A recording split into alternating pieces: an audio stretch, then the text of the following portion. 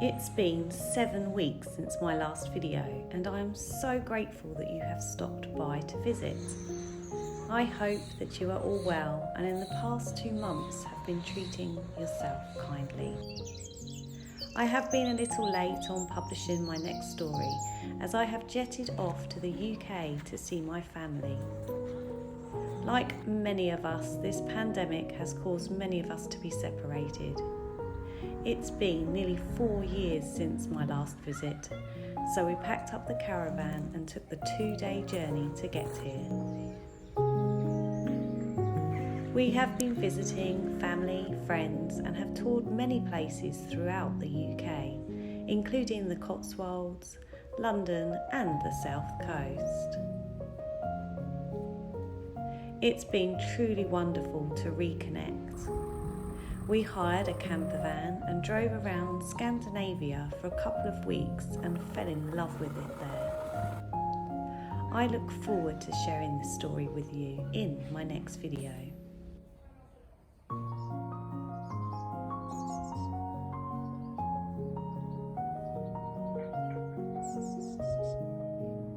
Just before leaving, we rushed to finish all the projects on the caravan and land.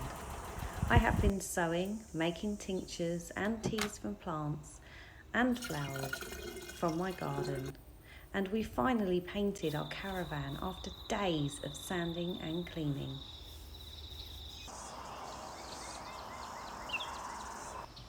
I also bought a dress for $10 that was too large, so I set up my sewing machine on the decking of the caravan, hemmed the dress in at the sides, removed the pockets, and the project didn't take too long at all.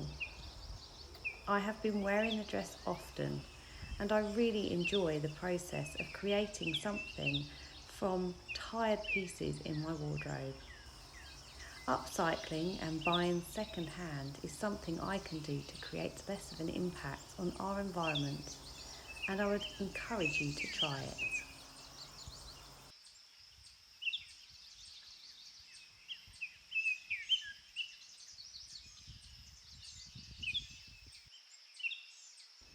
Our caravan was bought from a campground in the north of New Zealand.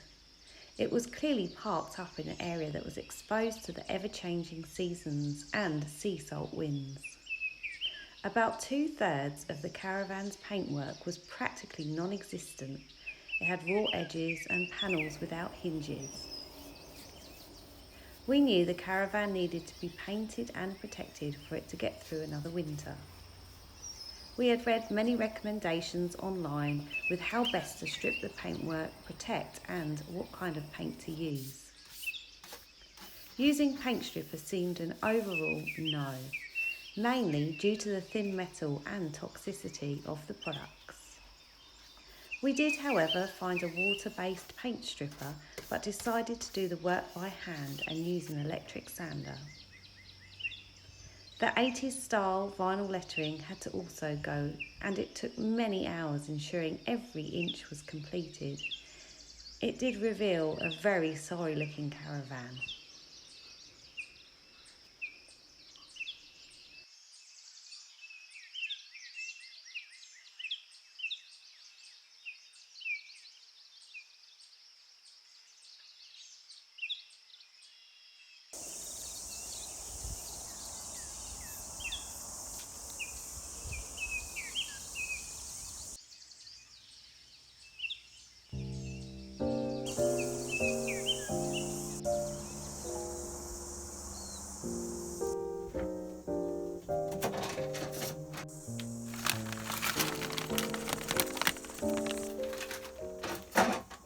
Last month I picked some elderberries from a bush that I grew.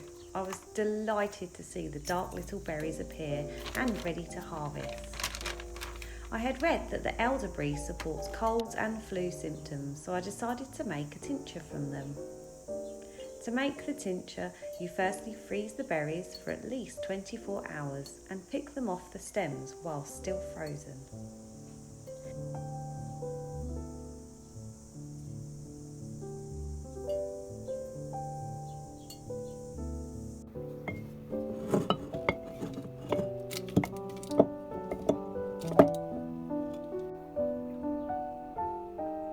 In a sterilised jar, I poured in the vodka and pounded the berries slightly, just to release a little more of the flavour.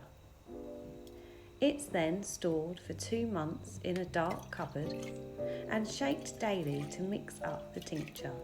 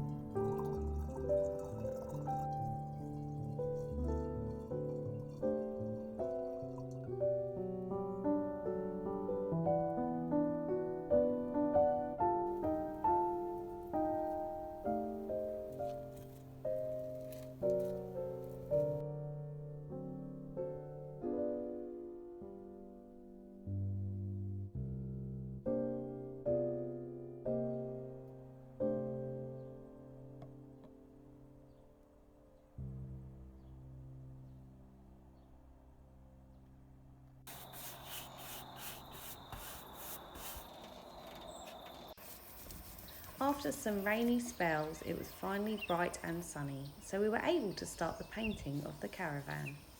We spoke to multiple people in a local hardware store and decided on metal roof paint. The main colour in white and a green for the centre panel. We used an automotive tape around the windows, lights and silver trims. A small brush was used as well as a small roller and a soft, larger roller. The white took around 3 coats and a 4th in some of the areas that were more exposed. I then had a green mix to a chosen colour using another roof paint.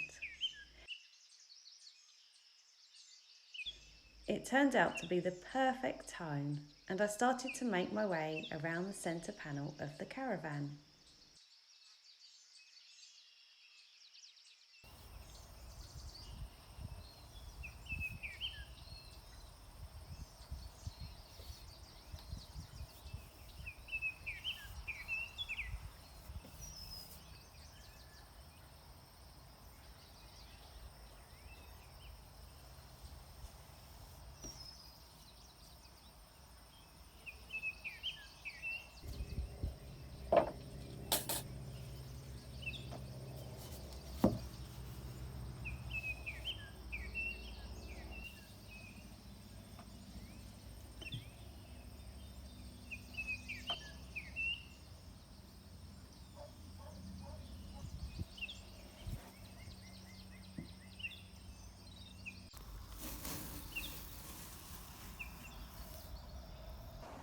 So I'm peeling off the masking tape, which is like a washy blue tape. But one thing I have noticed is if the tape isn't right up into the edge, because this is a roof paint, it kind of peels as it comes off.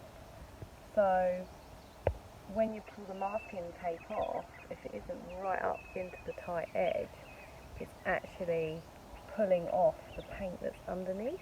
So I don't know if you can see that, but I'll do a little closer up.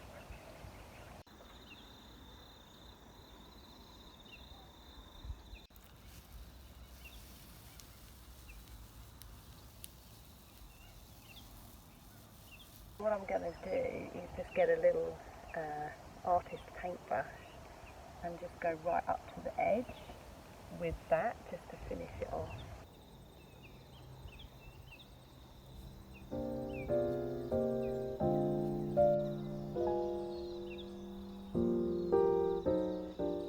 We were absolutely amazed at the transformation.